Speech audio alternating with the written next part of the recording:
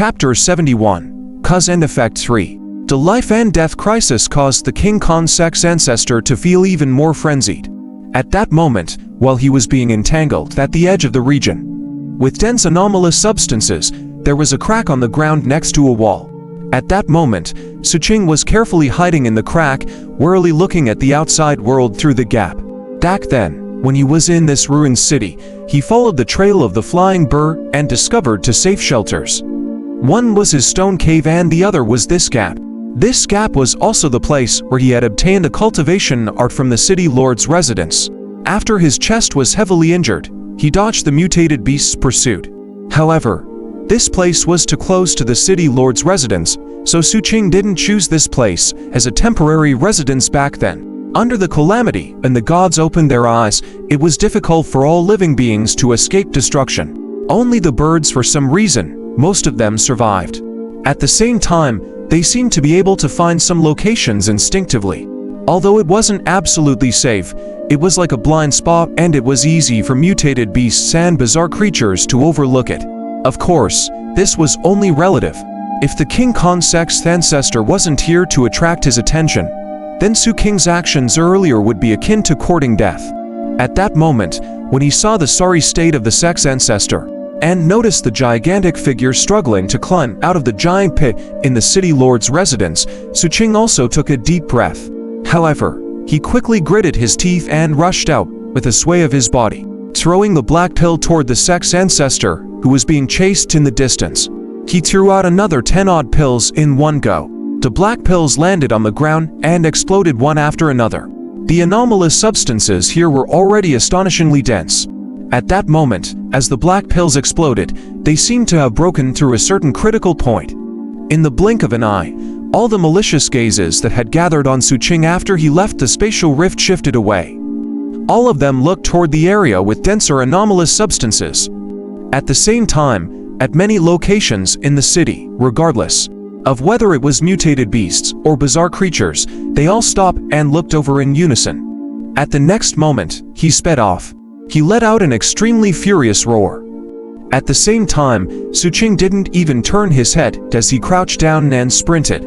He wanted to make use of the opportunity, and the mutated beasts and bizarre creatures were attracted by the anomalous substances to flee at full speed. The King Khan's sex ancestor also wanted to flee, but those winged figures were entangled with him. Even if he wanted to retreat, he would inevitably be slowed down. At that moment, anxiety filled his heart. The hatred in his heart for Xu Qing was incomparably intense. 1. At that moment, Xu Qing's speed was getting faster and faster on the streets in the distance, just as he was about to head in the direction of the city wall. After pulling away from the city lord's residence, a cold and sinister aura gushed over him. In front of him, the sound of crying echoed. A faceless woman in a white dress walked over from afar. At the first glance, the other party was still far away. However, at a second glance, this strange figure had already appeared in front of Xu Qing. It was so fast that Xu Qing couldn't dodge at all. At that moment, his breathing was hurried and his pupils contracted. His body was instantly covered in ice and his mind instantly went blank as though it was frozen. As for the faceless woman who was walking over, densely packed faces rapidly appeared on her body. All of them were crying mournfully and their cries transmitted into Xu Qing's mind, transforming into fluctuations. This caused Xu Qing's expression to be affected and change uncontrollably. He was about to cry like those faces. However, at that moment a portion of the faceless men's faces suddenly stopped crying. They looked at Xu Qing listlessly and their expressions gradually changed. They slowly revealed a smile and opened their mouths as though they were saying something but no sound came out.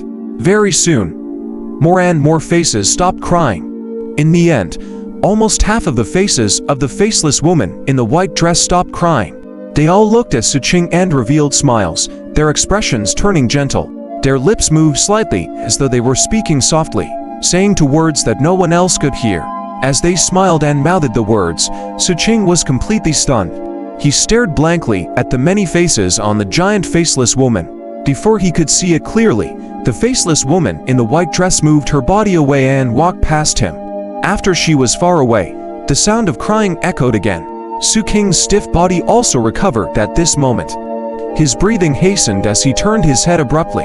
He stared blankly at the faceless woman in the white dress who was walking further and further away. Her white figure was like a ball of burning fire in the dark night.